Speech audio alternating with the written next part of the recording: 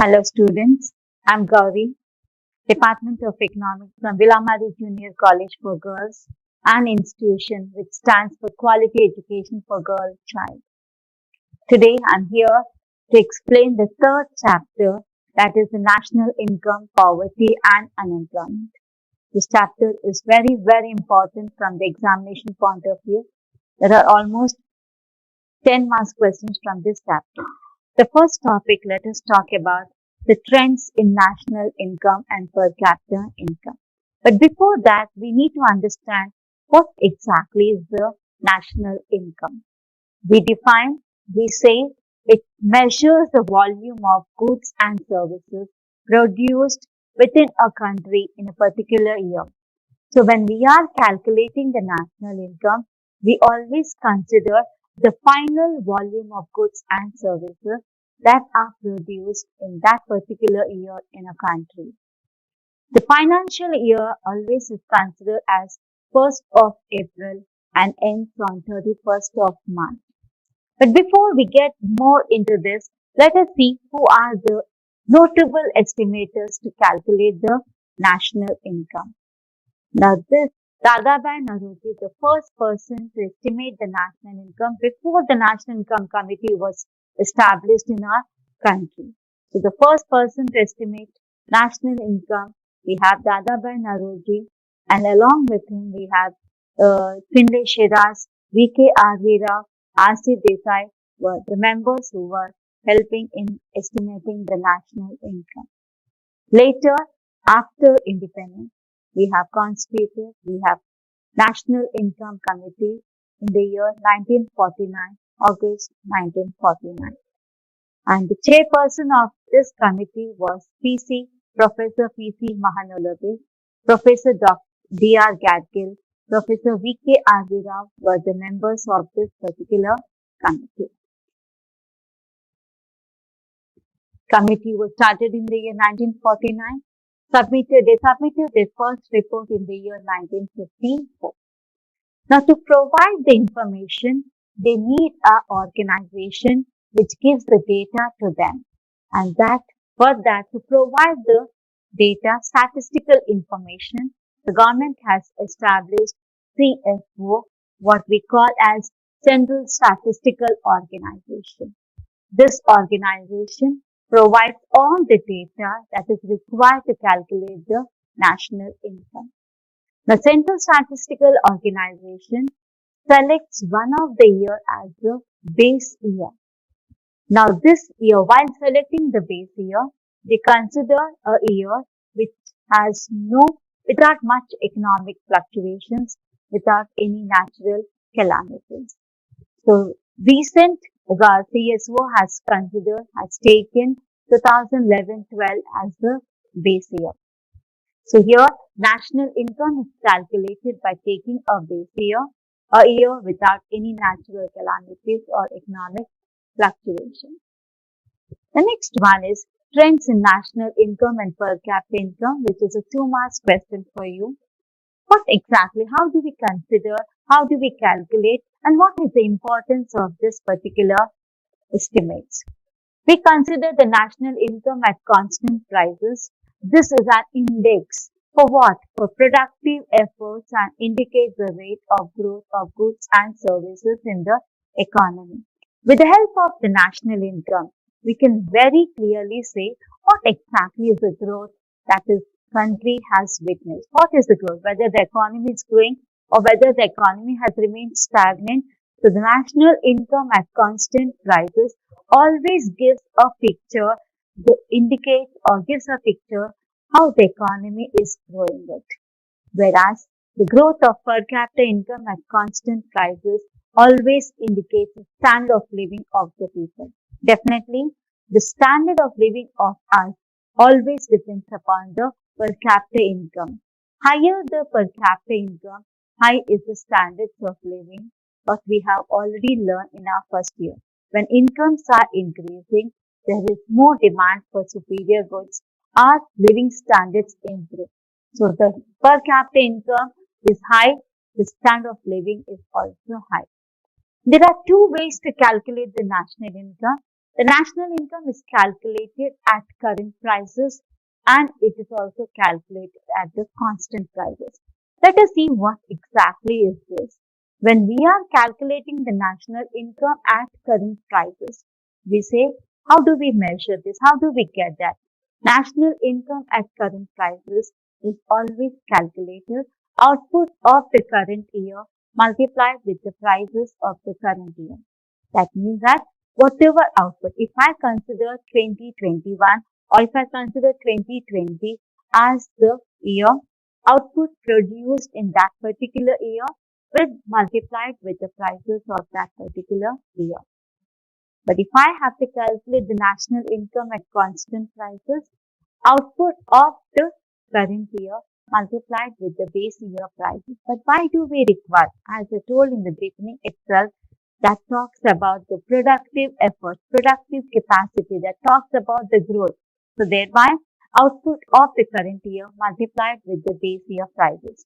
Let me talk about this example. If I consider 2021, constant prices output of 2021 multiplied with the 2011-12 prices, that is the base year what CSO has taken recently.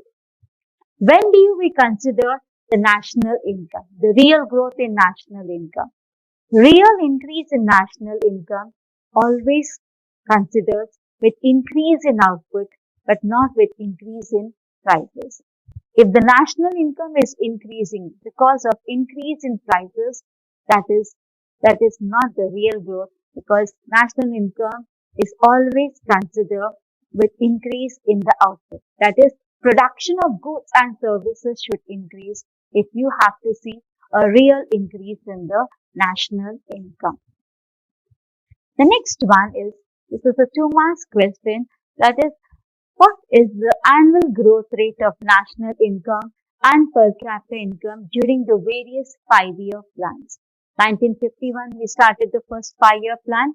12th plan was halfway. We have the planning commission was dissolved and it has been replaced by Niti Aayog. Let us see during this 11 5-year plans, what is the growth rate of national income and per capita income. Over the years, we find there is increase in the national income and per capita income.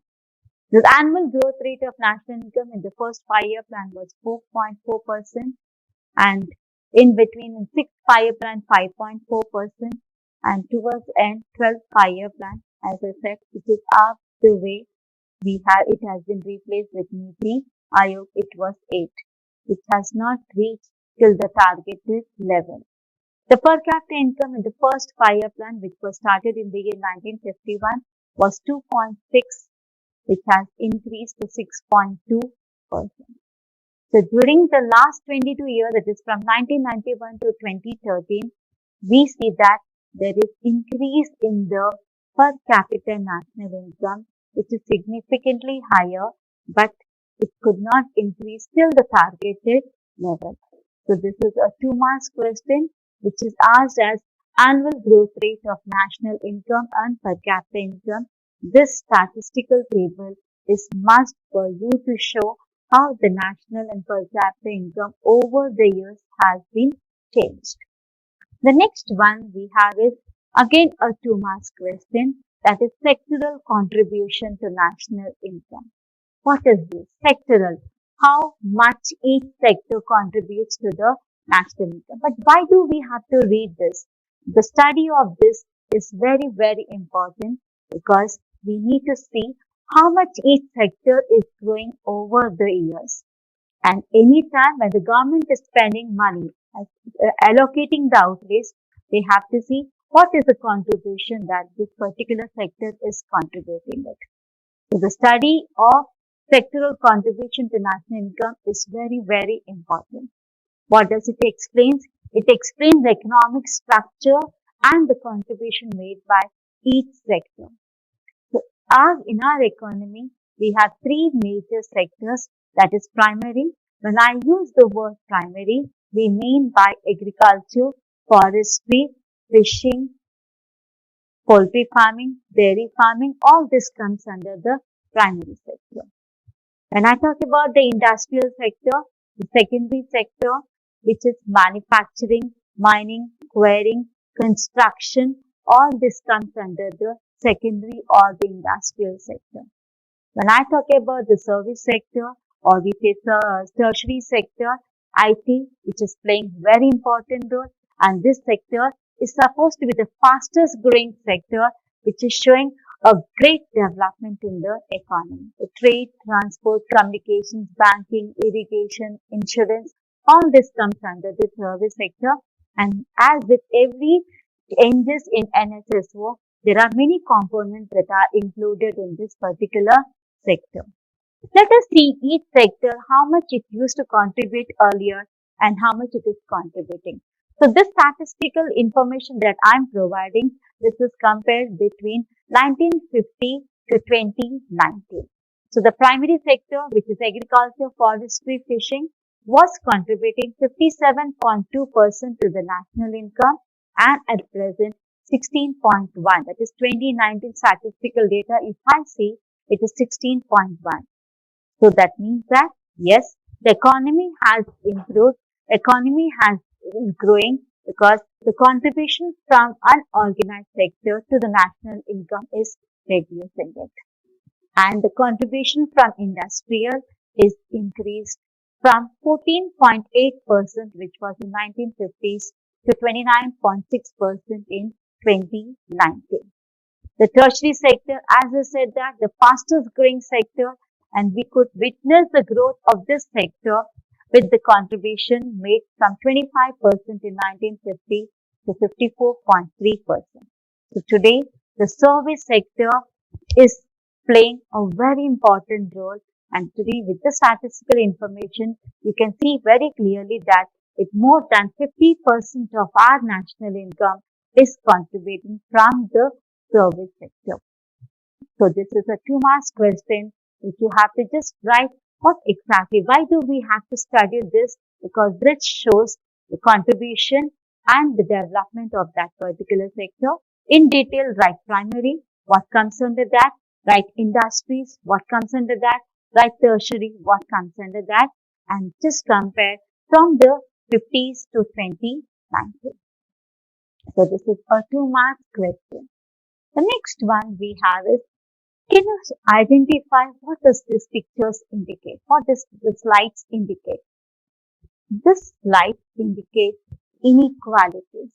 You are seeing in terms of sectors, you are seeing in terms of assets, you are seeing in terms of property.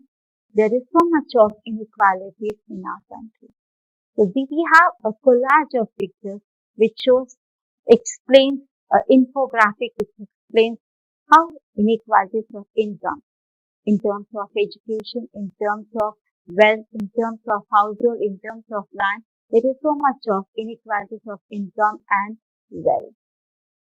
How are we getting to know this inequality?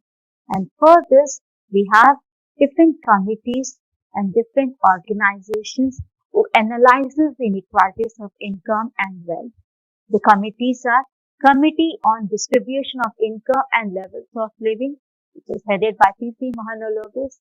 We have NCAER, that is National Council for Applied Economic Research. We have Gini Index, and we have NSSO, National Sample Survey Office. They are helping us to know, understand, or they are studying about the extent of inequalities of income and wealth in our country.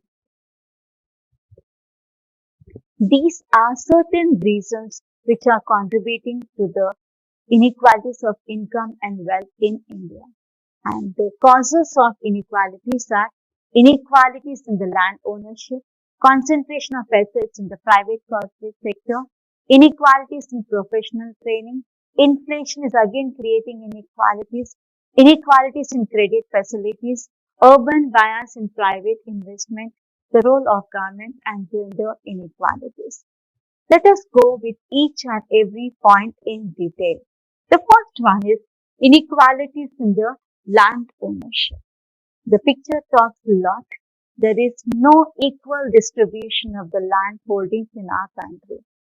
According to the surveys that I've made, it is observed that maximum of the land is held in the hands of the rich landlords, money lenders. They grab the maximum land holdings and poor are left with nothing. If I have to put in statistical data, I say that 80% of the land holdings are there with 10 to 15% of the landowners, and 80% of the people have 20% of the land holding. So there is high inequalities in the land distribution or ownership. The next one we have is concentration of assets in the private corporate sector. Most of the assets, the picture talks about Reliance Tata, most of the assets or maximum of our assets are held in these particular hands. So the wealth is concentrated in few hands. It is not equally distributed. The next one we have is inequalities in professional training. Why are we finding this kind of inequalities? It is coming with ages and ages. The rich are able to provide the best education to their children, and the poor are not able to provide the quality education to their children. So these kind of inequalities, the people who are getting, the children who are getting the best education are earning good incomes. The standard of living is very high, whereas the poor who is not able to get their education, best education, quality education, the standard of living is coming down. The inequalities in the professional training, and the picture talks in volumes to what extent the inequalities in professional training we have it. The next one we have is inflationary tendencies. As I said that whenever the prices increases, it is only one segment of the people do enjoy. The other category of the people suffer. The middle class and the poor class society suffers a lot whenever the prices increase in our economy. And inflationary tendencies is always better for few category, that is the entrepreneurs and the producers. They enjoy their best, and the poor have to share down more amount. So this is again creating the inflation tendencies, is enlarging, widening the gap between the rich and the poor. And inflation tendencies is again not a positive sign even for the development of an economy, which is very shown in this particular picture towards our left. That is, whenever the prices are increasing, it is not showing a good sign for the development of an economy. The next one is inequalities in the credit facilities. We talk so much about financial institutions, but if they are not able to take care of the financial requirements of entrepreneurs, then these people are depending on the money lenders, and they charge high rate of interest. Inequalities in the credit facilities, most of them are not able to avail the best loans at low rate of interest. So the banks and the financial institutions to certain extent should provide the equal credit facilities. The rich are getting richer and the poor are becoming poorer because the credit facilities at low rate of interest is not being provided. The next one is urban bias in private investment. Most of the industries in our country are established in an area where there is infrastructural development, and such facilities are dividing the economy into rural areas and urban areas. So definitely, if you have to invest, definitely you will look for an area where there are infrastructural development, minimum roads, current, electricity, the communication facilities, and most of the skilled labor should be there. So urban bias in private investment is again creating inequalities. How it is creating? This is if most of the industries are established in the urban areas, there is no alternative employment opportunities in the rural areas. And in case if there is If you want a country to develop, there should be equal development of industries in urban areas as well as rural areas, which is not happening because everywhere there is no equal development of infrastructural facilities. The role of the government. To a certain extent, the government policies are creating the inequalities of income and wealth. But how do we reduce them? How do we solve them? If we have, the government has also suggested certain measures to reduce inequalities of income and wealth. These are the list of measures what the government has suggested to reduce inequalities because this is standing as an obstacle for the development of an economy. So the government has designed some measures which will reduce inequalities of income and wealth. And these measures are land reforms, any reform taken further, any reform suggested by the government, taken by the government for the development of agriculture, we consider to be land reform. We have minimum needs program for the uplift of the rural poor, employment and wage policies, social security measures, control over MRTP Act, and taxation. Let us see each one of them in detail.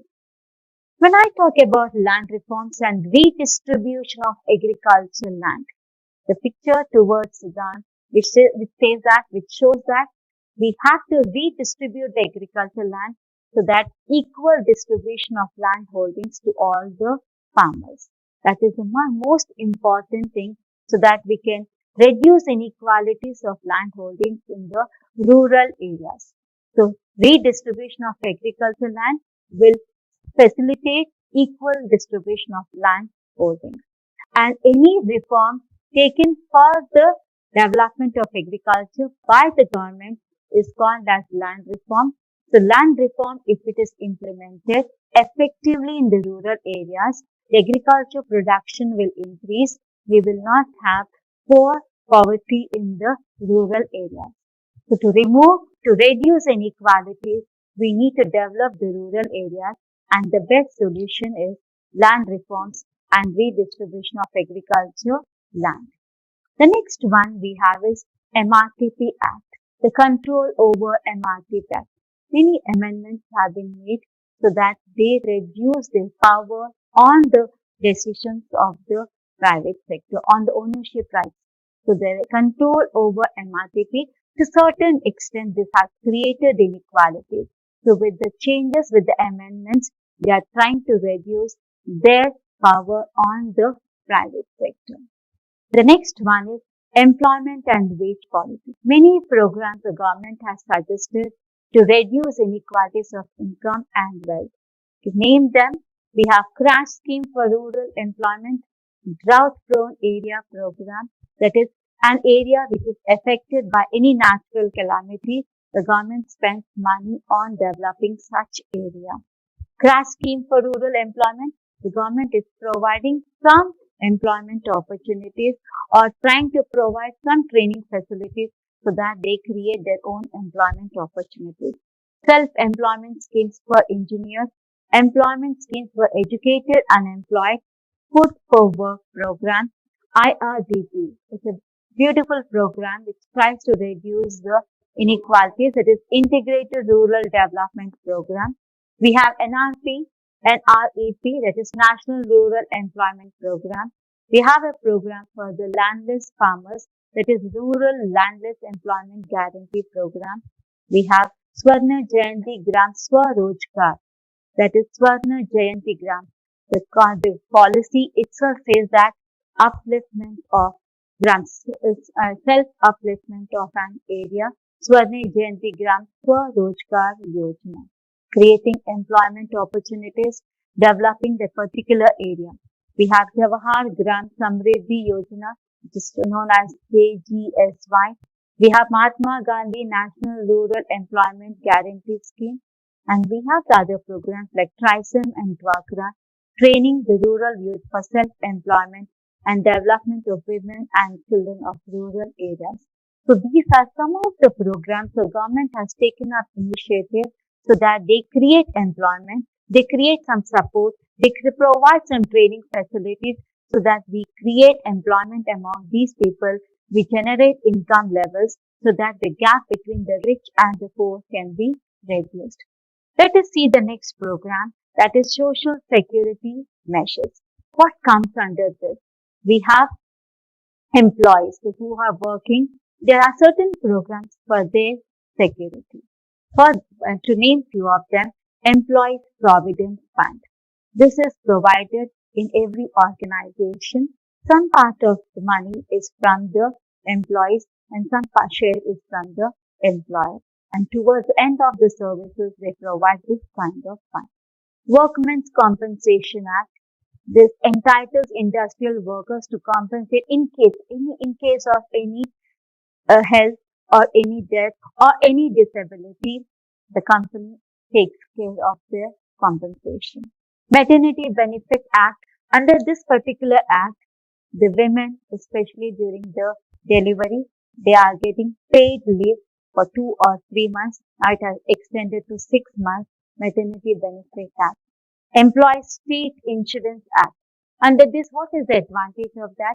It entitles the insured workers for medical facilities, disability benefit, or any maternity benefit. Employment of women workers before and after the childbirth. This comes under the social security measures. The next one is Minimum Needs Program. What exactly under this particular program initiated by the government? Taking care of the basic facilities to the people. That is taking care of the health, which is very, very important. That is a need of the hour at present day. Providing the safe drinking water, rural electrification, without which the industries, cottage, small scale and agriculture cannot be progressing. Nutrition, which is very, very important. The basic education, adult education. When I talk about adult education, it is with regard to the adult education with regard to farming, with regard to any industries or any education which is talking about empowering the skills and efficiency of the farmers if it is a rural area, and also the family planning education, improving the status of urban slums and houses for the landless workers. The next one we have is programs for the uplift of the rural poor. Government has specially designed some programs which are uplifting the rural poor. And these are Special Area Development Program, SADP. Areas which need some special attention, some special investment. Under this program, they are trying to uplift the poor rural areas. The next one is Resource and Income Development Programs for the rural poor. Try to provide the income generation opportunities so that the poverty levels reduces. Works program for the creation of supplementary employment opportunities, basically suitable for the people in the rural areas where agriculture is only occupation, which is again supposed to be seasonal, and this program always takes care of additional or supplementary employment opportunities and incomes so that they support themselves during the off-season time. The next one we have is taxation.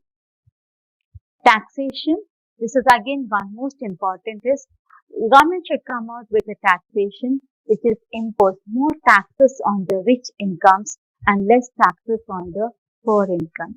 If the government is coming with such taxation, we can reduce inequalities of income and wealth. So with this, we have completed what exactly is the causes of inequalities of income and wealth and the measures suggested by the government. So today in this particular class, we have done trends in the national income and per capita income, which is a 2 marks question. We have seen annual growth rate of national income and per capita income, which is again a 2 marks question. Sectoral contribution to national income, it can come for 2 marks and 5 marks, which is very, very important.